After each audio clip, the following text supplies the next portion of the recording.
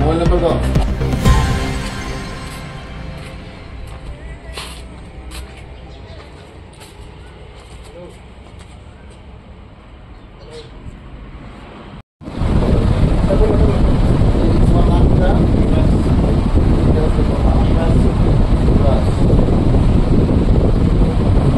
Fire station থেকে একটা call পাইছে কিছুক্ষণ আগে, বাইকে স্কুটি অ্যাক্সিডেন্ট হয়েছে।